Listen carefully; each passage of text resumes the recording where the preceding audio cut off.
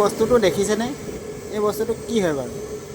Actually এইটো এটা জ্বলা মবিল, মানে যিটো মবিল গাড়ীৰ পৰা ওলাই ৱেষ্ট, যিটো মানে জ্বলা মবিল, সেই মবিলটোৰ দ্বাৰাই মানে জ্বলে, এই চৌকাটো জ্বলে। এইটো মই ঘৰতে বনাইছোঁ। যিসকল মানে কেতিয়াবা হঠাৎ গেছ শেষ হৈ গ'লে বা কেতিয়াবা খৰিও অভাৱ হৈ গ'লে, সদায় খৰিটো ঘৰত নাথাকে ধৰক, সেই তেতিয়া এই বস্তুটো আমি ব্যৱহাৰ কৰোঁ।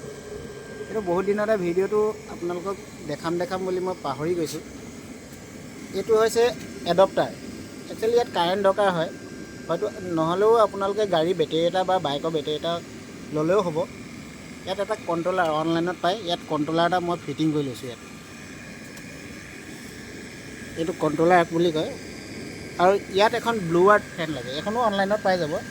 ইয়াৰ পৰা আপোনাৰ হাৱাটো যায় সেই তললৈ, তলৰ পৰা আপোনাৰ সেই তালৈ বস্তুটো যায়।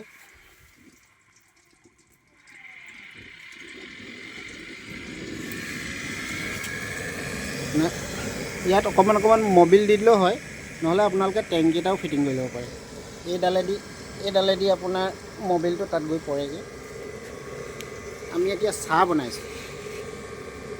এই চাহ প্ৰায় উতলিলে আৰু এই 5 মিনিট সময় দিছোঁ। এয়া চাওক কি ধুনীয়া জুই, একদম গেছৰ নিচিনা জুই। কেনেকুৱা লাগিছে আপোনালোকে কমেণ্ট এটা দিব, ভাল লাগিব।